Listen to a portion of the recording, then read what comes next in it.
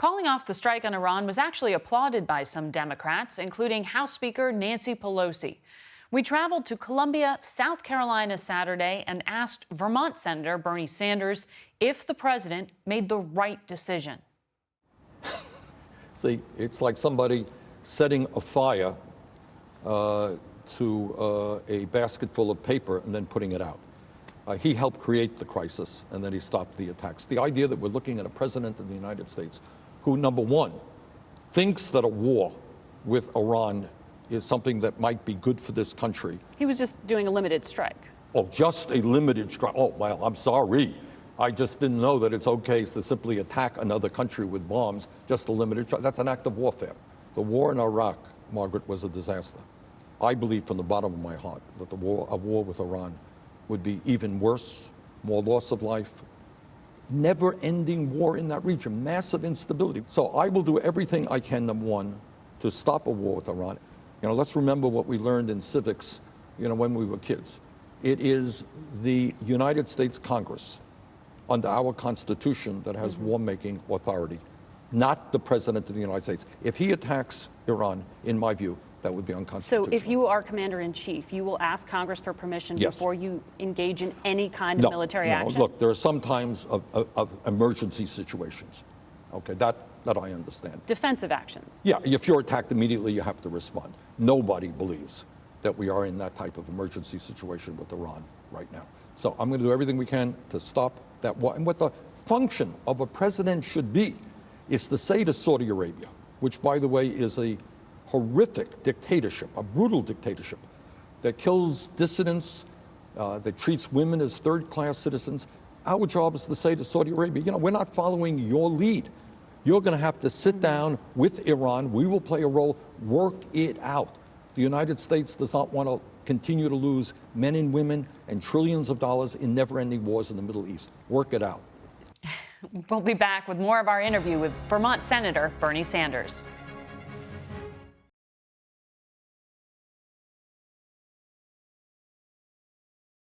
We're back with more of our interview with Vermont Senator Bernie Sanders. According to the CBS News polling we've done, the CBS Battleground Tracker indicates your supporters are backing you without considering other candidates. How do you expand beyond that? I'll tell you how. I got to tell you honestly, I'm feeling very good about this campaign. And again, it's different. Last time around, you had to win 51% of the vote. This time, I don't believe anyone's going to come close to 50%. So it's a very different race with 24 candidates. I think we have a strong core of support out there, often young people, working class people who understand that to bring about real change in this country, ultimately, you're going to have to take on the powers that be. But to move beyond those young voters, the working class, don't you still need to expand and win over those blue dog Democrats and moderates? And I think we have. This is what I think.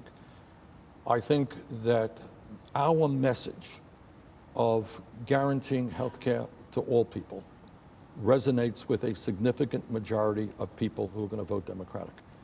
I think making public colleges and universities tuition free and very substantially lowering student debt, which is an incredible burden on an entire generation of people, is going to win us a lot of support. I think my strong stance that a woman, and not politicians, a woman has the right to control her own body will resonate with many women. Our stance on immigration reform and criminal justice reform, I think those ideas are going to bring in new voters. For those who might feel uncomfortable with the term socialism, you don't think that's going to inhibit those voters? Well, I think I have got to do more work in explaining what that means.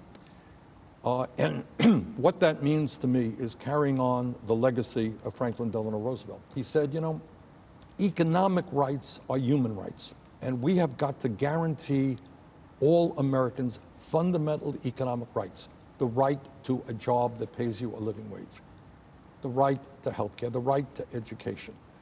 And we have expanded that to say that economic rights are human rights. That means a clean environment. So what democratic socialism in that sense means to me is guaranteeing all of our people in the wealthiest country in the history of the world a decent retirement, a decent standard of living. Aren't you concerned that someone more familiar like Joe Biden will be more acceptable to those But you see, moderates to the middle of the country. You got 24 candidates. I think every single one of them will tell you they have work to do, including Joe Biden. I mean, Joe has to defend his record. And, I helped lead the opposition to the war in Iraq, which, in my view, was the worst foreign policy blunder in the modern history in this country. Joe voted for that. I led the opposition against disastrous trade agreements, which cost the workers of this country millions of good-paying jobs. Joe voted for those. I voted against the deregulation of Wall Street, which in my view led to the great economic recession of 2008. Joe voted for that. Congressman John Lewis, a civil rights icon, said this week that Joe Biden's comments about in the past having done some work alongside and with segregationists wasn't offensive. Why do you disagree? I think Joe owes the country an apology on that. And that it is one thing to work with people in the Senate, as you have to do, as every senator does, I do, with people who you have fundamental disagreements with. That's one thing. You do that. That's your job.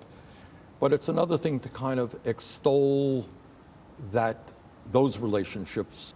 You cannot be extolling people who really were part of a disgusting system that oppressed and terrorized millions of African Americans in this country. But don't you think he believes those things? Yeah. If your question is, do I think Joe Biden is a racist? Absolutely not. No, I don't. Not for a second. Joe is a friend of mine. I like Joe.